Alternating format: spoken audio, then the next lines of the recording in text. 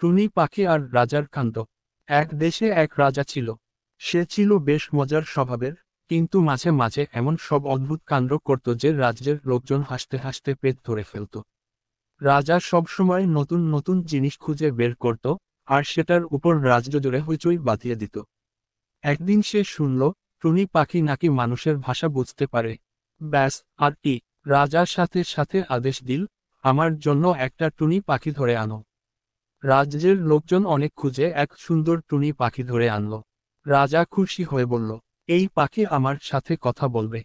কিন্তু টুনি তো শুধু টুনটুন করে ডাকত। রাজা রাগ করে বলল, ওকে রাজবাড়িতে রাখো, যতক্ষণ না সে কথা বলা শিখবে। দিন গেল, মাস গেল, টুনি পাখি কিছুতেই কথা বলতে শিখল না। কিন্তু সে রাজাকে দেখে রোজ একটা শব্দ করত, বোকা, বোকা। রাজা অবাক। সে ভাবল, এই তো, টুনি পাখি আমার নাম ধরে ডাকে। সে খুশি হয়ে রাজ্যে ঘোষণা দিল, আমি খুব জ্ঞানী, তাই টুনি পাখি আমাকে ডাকে। রাজ্যের লোকজন তো হেসেই কাঁদে। কারণ টুনি পাখি আসলে যা বলছিল, তার মানে ছিল, রাজা নিজেই নিজের বোকামি বুঝতে পারছে না। তখন থেকে রাজা একটু কম কাণ্ড করতে শুরু করলো, আর টুনি পাখির ডাক শুনে নিজেই হাসত।